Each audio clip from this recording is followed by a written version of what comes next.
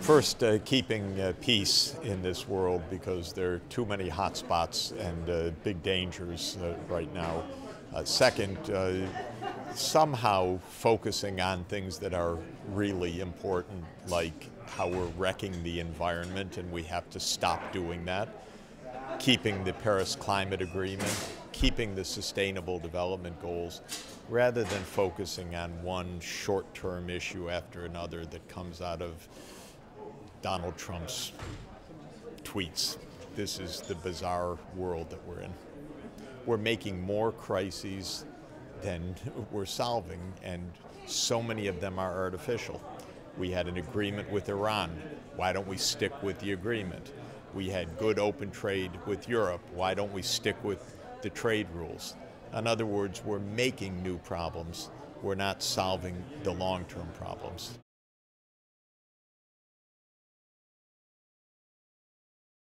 Well, first, I wish that Europe would just stand up and say to the United States, stop your bullying behavior. We don't accept it. Instead, Europe is, oh, what are we going to do about the U.S. sanctions? Oh, my God, we don't have an alternative. That's pathetic, actually. Europe should stand up and say that's illegal.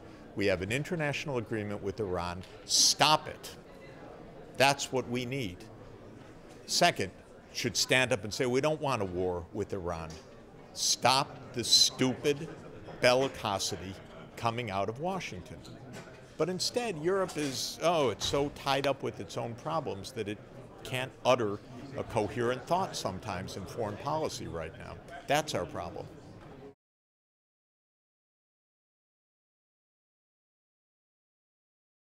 It's a good idea to have these focused discussions, but we need even more focus. We need practical answers. We need to understand politics. We need to understand power. It's not just about goodwill. It's about powerful companies that are trying to have their way. It's about the corruption of our governments. So we need to get serious about what needs to be done with some timelines, some metrics, some ideas of accountability.